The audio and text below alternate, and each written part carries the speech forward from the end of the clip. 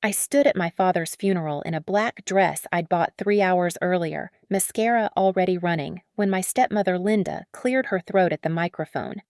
Everyone turned. She dabbed her eyes with a tissue, perfectly timed, perfectly practiced. "I know this is difficult," she said, voice cracking. "But Atticus would want me to be honest with you all. He left us in a terrible financial situation." My stomach dropped. "There are debts. Significant debts." She pulled out a folder. "I've spoken with lawyers. The only way to handle this is to auction his entire collection. The antiques, the furniture, everything. It's scheduled for this Friday." My father had been dead for 6 days. The room erupted. Relatives I hadn't seen in years started whispering. My brothers Jack and Michael stared at their shoes. I grabbed the pew in front of me to steady myself. My father's collection was worth over $800,000. He'd spent 40 years building it, piece by piece, story by story, and Linda wanted to auction it off before we'd even buried him. I know what you're thinking. Why didn't I stop her right then? Trust me, I wanted to, but I was 28, grieving and completely blindsided. Sometimes shock hits you so hard you can't even form words. Let me back up. You need to understand who my father was to me. Atticus raised me and my brothers alone after Mom died when I was 6. He worked as an antique dealer, turning his passion into a business that kept us fed and housed. Every Saturday, he'd take me to estate sales and auctions, taught me how to spot real craftsmanship, how to see value where others saw junk. "Sarah," he'd say, running his hand over a century-old writing desk, "quality always reveals itself if you're patient enough to look." He was my hero, my mentor, my best friend. Linda came into the picture 3 years ago. Widowed, charming, she seemed genuinely interested in Dad's work. They married after 8 months. I had concerns. She moved fast, asked a lot of questions about his finances, but Dad seemed happy. Who was I to judge? I should have trusted my gut. At the reception after the funeral, Linda cornered me in the kitchen.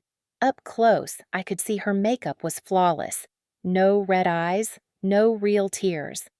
"I know this is hard, sweetie," she said, squeezing my hand. "But the debts are crushing. Your father took out loans against the business. I found the paperwork in his office." "What loans?" Dad never mentioned loans.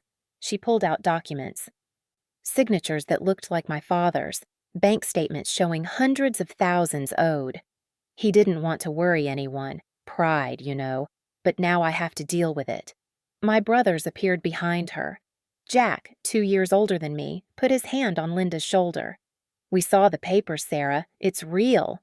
"This doesn't make sense," I said. My hands were shaking. "Dad's business was doing well. He just renovated the shop 6 months ago." "Sarah." Michael, the oldest at 32, gave me that look, the one that said I was being difficult. "Linda's trying to handle a nightmare situation. The least we can do is support her." "Support her?" My voice went up. "She's selling everything Dad worked for." Linda's eyes welled up. Real tears this time, or very good fake ones. "I'm trying to preserve his legacy the only way I can." "Do you think I want to do this?" The family members still lingering at the reception stared at me like I'd slapped a widow at her husband's funeral. I left before I said something I'd regret. That night, I couldn't sleep. The numbers didn't add up. Dad was meticulous about his finances. He'd taught me to be the same way. I'd seen his books just 2 months ago when I helped with inventory. The business was profitable, not wildly successful, but steady, comfortable. I drove to his shop at 2 a.m. I still had my key. The place smelled like lemon oil and old wood, Dad's scent. I went straight to his office and started digging through files. Nothing. Everything looked normal. Current invoices, paid bills, standard business records. Then I noticed his desk, a mahogany piece from the 1890s that he'd restored himself. Dad had showed me once how it had a hidden compartment. "Good furniture always has secrets," he'd said, winking. I pressed the corner panel. Click. A small drawer popped open. Inside was a manila envelope with my name on it. My hands trembled as I opened it. Papers fell out, copies of the loan documents Linda had shown me. Except these had notes in Dad's handwriting. "Signature forged. Linda hired Marcus Dupont, 4/15/23. Met him at coffee shop, photos attached. There were surveillance photos of Linda sitting with a man, documents spread between them, timestamps, locations. My father had known. He'd known for 2 years that Linda was planning this. The next page was a research log, websites Linda had visited on their shared computer. How to forge signatures, estate law loopholes, selling antiques quickly. She'd been methodical, patient, and now she was making her move. I sat on the floor of Dad's office, papers scattered around me, and tried to breathe. My chest felt tight. The room spun. Everything I thought I knew about the last 3 years was a lie. Linda had never loved my father. She'd been studying him, learning his business, waiting for him to die. The heart attack that killed him wasn't suspicious. Dad had high blood pressure, refused to take his medication seriously. But the timing? Perfect for Linda. I should have taken the evidence straight to the police. That's what a smart person would have done. But I was 28, scared, and I'd just realized my stepmother was a criminal mastermind who'd fooled my entire family. So I made copies, hid the originals, and went home to figure out what the hell to do next.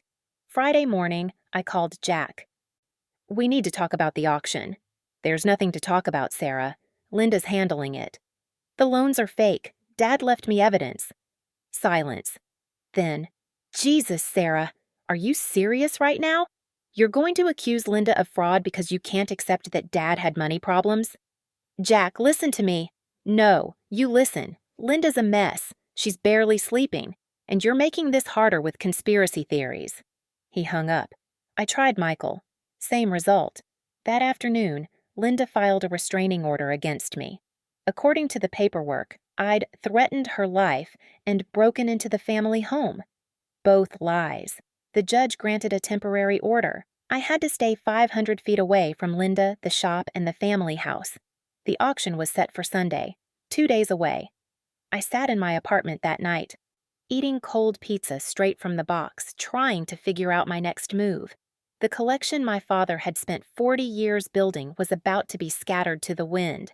And there wasn't a damn thing I could do about it. Or was there? I pulled out the paperwork again.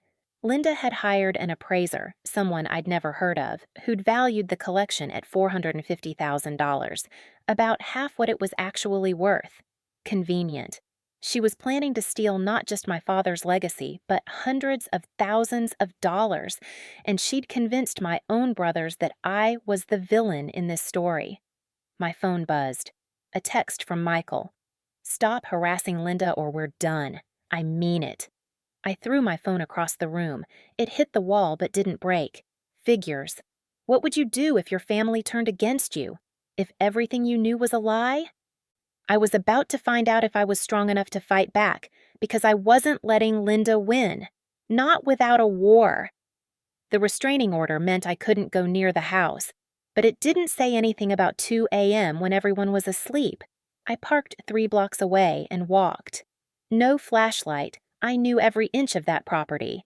Dad's house was a Victorian he'd restored over 20 years. Every creaking floorboard, every loose window. I'd grown up there. The back window in Dad's office never locked right. I'd told him to fix it 100 times. Tonight, I was grateful he'd ignored me. I slid it open and climbed through. My heart was hammering so hard I could hear it.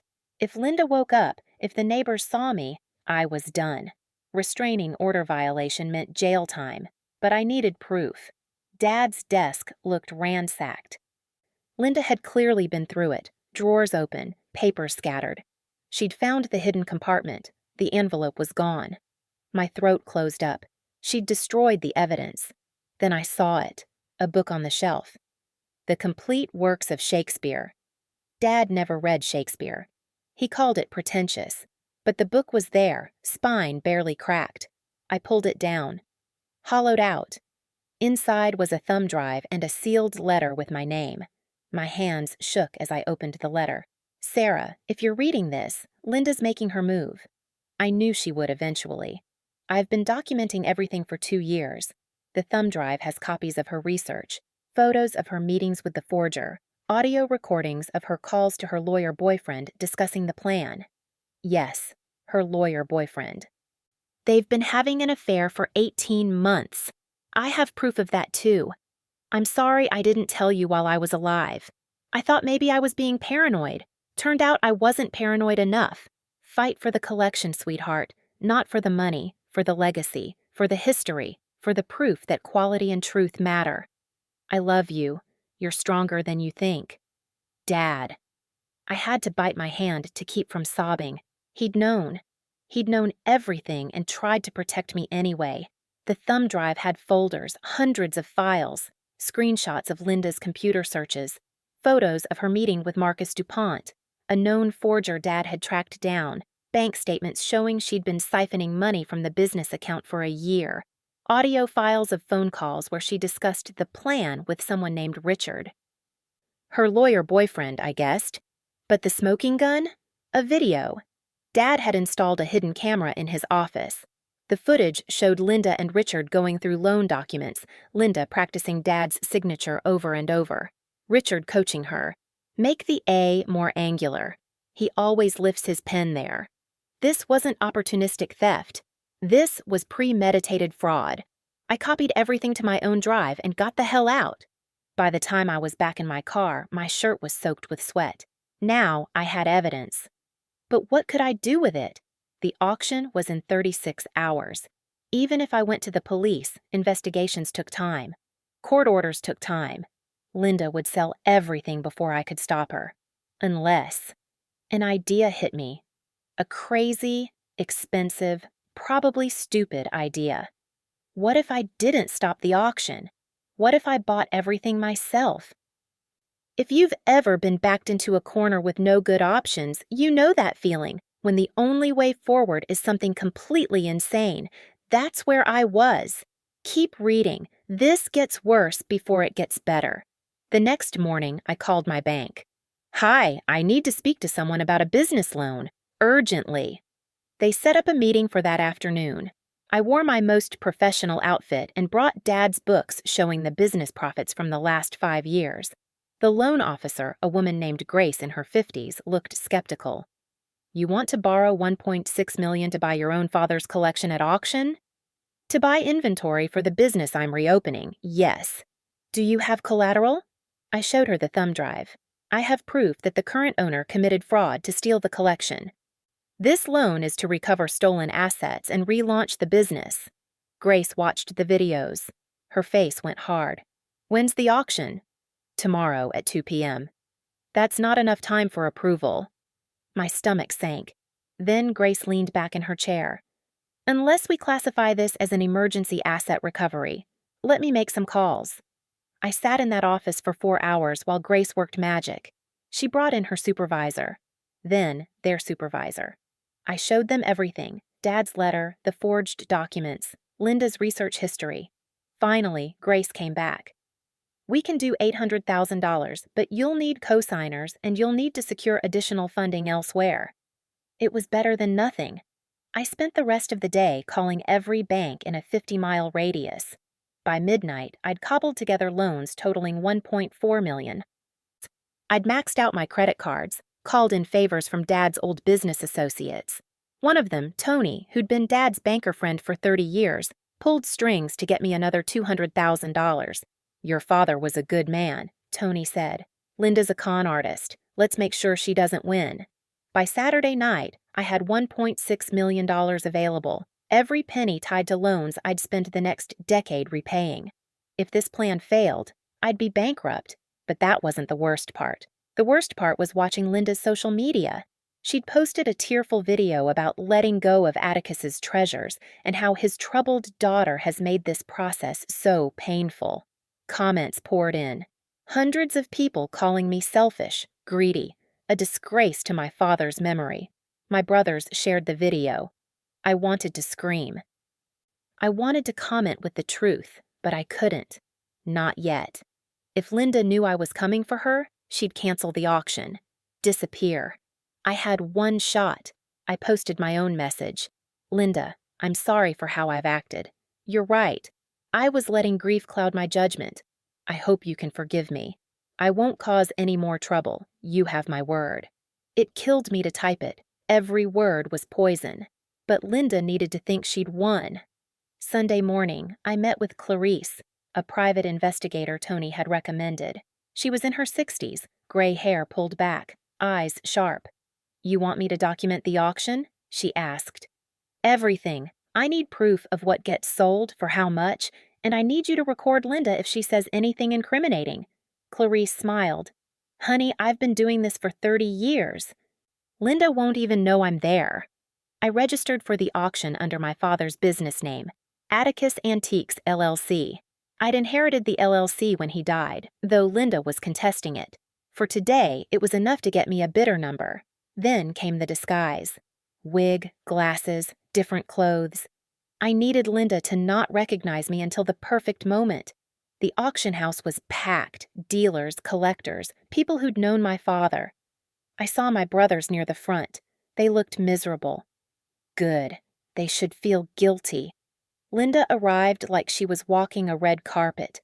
Designer dress, new jewelry. Was she wearing Dad's money already? She hugged people, played the grieving widow. I stood in the back, bitter paddle in my sweating hands, and watched her perform. The auctioneer started.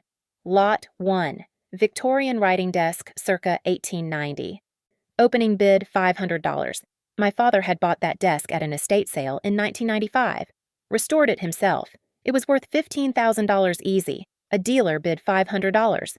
Another went $600. I raised my paddle. $5,000. The room went quiet. The auctioneer recovered. "We have $5,000. Do I hear $5,500? No one bid against me. Sold to bidder 47. Linda was watching, confused but pleased. High bids meant more money for her. Lot 2, Lot 3, Lot 4. Every single one, I bid high and won. Some items I paid double what they were worth.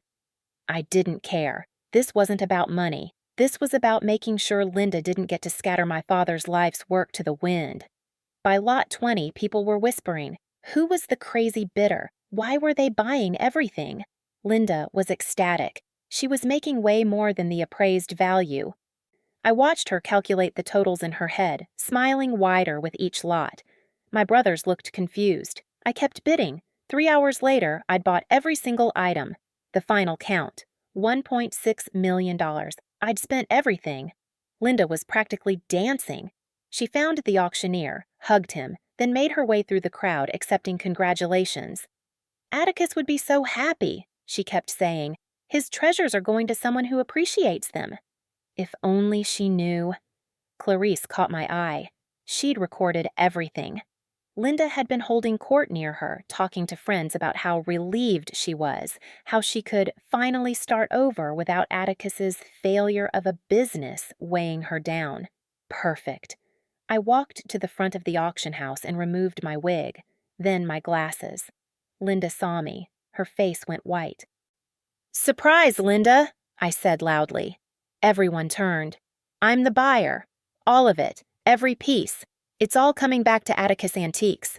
Where it belongs." Her mouth opened, but no sound came out. Jack stood up. "Sarah, what the hell?" "I bought back Dad's collection," I said, "with proof that Linda forged the loan documents. I'll be filing a lawsuit tomorrow morning. Fraud, forgery, and conspiracy. It's all on video." Linda found her voice. "You crazy bitch. You can't. I can." And I did. I looked at my brothers. Dad left me evidence. A whole thumb drive. He knew what she was doing. He documented everything. Michael looked sick. Linda's lawyer boyfriend, I recognized him from the photos, grabbed her arm and whispered something. She yanked free. "This is harassment. I'll have you arrested." "Good luck with that," Clarice said, appearing beside me. "I'm a licensed investigator, and I've got recordings of you admitting the loans were fake. You bragged about it to 3 different people today." Linda ran. Actually ran from the auction house. Her boyfriend followed. The room erupted in chaos. My brothers stared at me like they were seeing me for the first time. "I tried to tell you," I said quietly, "but you wouldn't listen." Jack's eyes were wet. "Sarah, Not here. Not now.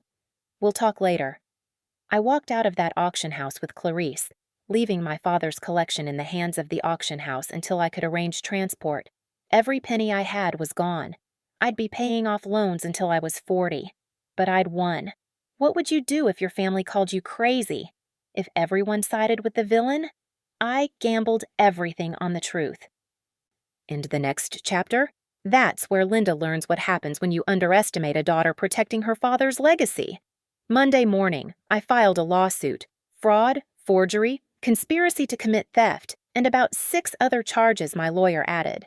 Linda didn't show up to the first hearing. Her lawyer, not the boyfriend, she'd smartly gotten a different one, filed a motion to dismiss. My client is a grieving widow being harassed by a vindictive stepdaughter. Standard playbook. But I had Tony. My father's banker friend testified first. He brought 30 years of records. Atticus had no outstanding loans. These signatures are forged. I can prove it. He put up side-by-side comparisons. Dad's real signature versus the ones on Linda's documents. Different pen pressure. Different letter formations. Obvious to anyone paying attention. Linda's lawyer objected. Mr. Tony isn't a handwriting expert. Then let's hear from one, my lawyer said. We'd hired a forensic document examiner. She testified for an hour about pressure points, ink analysis, and stroke patterns. These signatures weren't written by the same person. I'd stake my career on it. The judge looked interested. Then came the thumb drive evidence. Dad's videos played on the courtroom screen. Linda and Richard practicing signatures. Linda researching forgery techniques. Her computer search history going back 2 years. I watched Linda's face. She'd gone pale but held her composure. Still playing the victim, dabbing her eyes, shaking her head sadly like she couldn't believe I'd fabricate such things. Then Clarice testified about the auction. Played the recordings of Linda celebrating, talking about being free of Atticus's failure and how she could finally cash out. Linda's mask cracked. Just a little. But the knockout punch, Jack and Michael testified.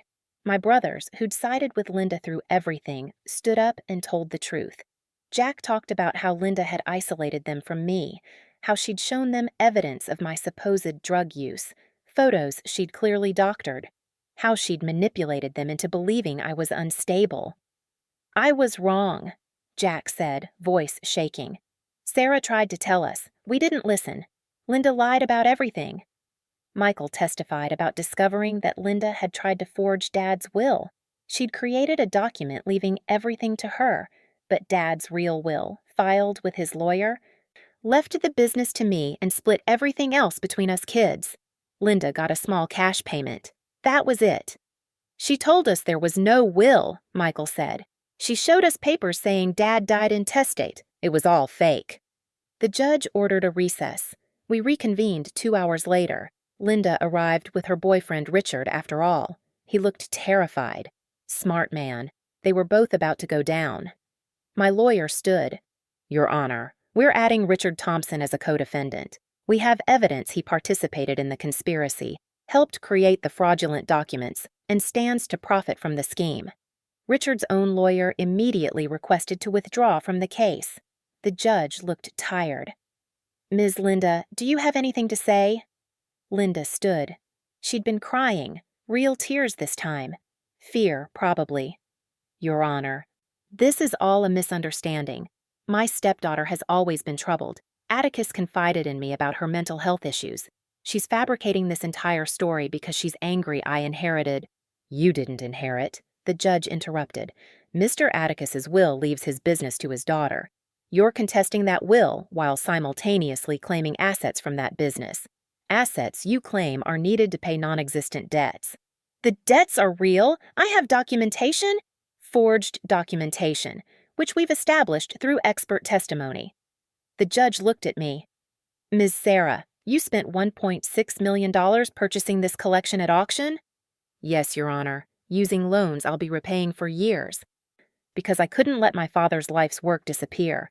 And you did this knowing the auction was based on fraud? I did it because stopping the auction would have taken too long. By the time courts intervened, everything would have been sold and scattered. I had one option, buy it all myself. The judge made some notes. I'm ordering an immediate freeze on all assets acquired by Ms. Linda from Mr. Atticus's estate. The collection belongs to the estate, which means it belongs to the rightful heirs. Ms. Linda, you will repay Ms. Sarah the full $1.6 million she spent purchasing what was rightfully hers to begin with. Additionally, you'll repay the $800,000 in inheritance money you received from selling those items at auction. Linda shot to her feet. That's $2.4 million. I don't have that kind of money. Then you'll sell your assets. House, car, jewelry, whatever it takes. Bailiff, Ms. Linda is not to leave this jurisdiction. Your Honor, Linda's lawyer stood. My client. Your client committed fraud on a massive scale, and I'm referring this case to the district attorney for criminal prosecution. Fraud, forgery, conspiracy. Mr. Richard, you're also being referred for prosecution. Richard looked like he might throw up. Linda's face twisted. The mask was gone completely now. That little bitch recorded me? She set me up. You set yourself up, the judge said, by committing crimes. Court adjourned. Have you ever watched someone's entire world collapse in real time? Linda tried to run from the courtroom. The bailiffs stopped her. She screamed, actual screaming, about how this wasn't fair. How she'd earned that money by putting up with Atticus for 3 years. Every word sealed her fate. My brothers found me in the hallway. Jack hugged me. Actually hugged me. I'm sorry. God, Sarah, I'm so sorry. You should be, I said, but I hugged him back. Michael looked destroyed. She played us perfectly. Everything she said, everything she showed us, we believed her. She's a con artist, I said. A good one. That's what made it work. What happens now? Jack asked. Now? We rebuild. Linda sold everything. The house she'd convinced Dad to put in both their names. Her car, her jewelry collection. It still wasn't enough to cover $2.4 million. She declared bankruptcy. The courts garnished her wages. She'd be paying me back for decades. Richard lost his law license. Turns out helping your girlfriend forge documents is frowned upon by the Bar Association. Who knew? The criminal trial took 8 months. Linda was convicted on 4 counts of fraud and 2 counts of forgery. The judge sentenced her to 3 years in prison. I watched her get led away in handcuffs. I should have felt triumphant. Mostly, I felt tired. But here's what changed. I reopened Atticus Antiques, used the collection as the centerpiece. Every item Dad had carefully chosen, restored, cherished, all back where it belonged. Jack and Michael asked if they could help. Jack had always been good with woodworking. Michael had Dad's eye for quality. We made it work. The shop opened 6 months after Dad's death. We hosted an event honoring his legacy. People who'd known him came. Dealers, collectors, friends. We told stories. Shared memories. Tony, the banker who'd helped me secure the loans, brought champagne. Your father would be proud, he said. You fought for what mattered. I almost lost, I admitted. But you didn't. That's what counts. The business is doing well. Better than well, actually. Turns out people love a good revenge story. We've been featured in antiques magazines. Collectors seek us out. Dad's reputation, which Linda tried to destroy, is stronger than ever. My brothers and I rebuilt our relationship. It took time, a lot of conversations, some arguments. But we got there. Family isn't perfect, but it's worth fighting for. I think about Dad every day, about how he knew Linda was dangerous but stayed anyway. Maybe he thought he could handle it. Maybe he was gathering evidence. Maybe he just didn't want to believe someone could be that calculating. The lesson? Trust your gut. When something feels wrong, it probably is. And sometimes the people closest to you are the last to see the truth. 3 years later, I'm 31. The loans are almost paid off. The business is thriving. Linda gets out of prison next year. I hope she's learned something. But honestly, I don't think about her much anymore. Because here's what I learned. Legacy isn't about money or things. It's about what you stand for, how you fight when everything's against you. The truth you're willing to defend. Dad left me more than antiques. He left me proof that quality and integrity matter, that patience and documentation beat lies and manipulation, that even when your family turns against you, even when the whole world calls you crazy. Standing up for what's right is worth it. Sometimes protecting what you love means risking everything. And the boldest move? It's often the only winning move. What would you do if someone tried to steal your family's legacy? I gambled everything on the truth. I maxed out credit cards, took out million-dollar loans, and bought back what was already mine. Looking back, it was crazy, reckless. Could have destroyed me financially, but I'd do it again in a heartbeat, because some things are worth more than money. Some fights are worth losing everything for, and sometimes the person everyone calls crazy is the only one seeing clearly. If you're facing your own Linda, that person everyone believes, who's got everyone fooled, here's my advice. Document everything, trust yourself, and don't give up. The truth has a way of winning. It just takes time and patience and about $1.6 million in loans, but mostly patience.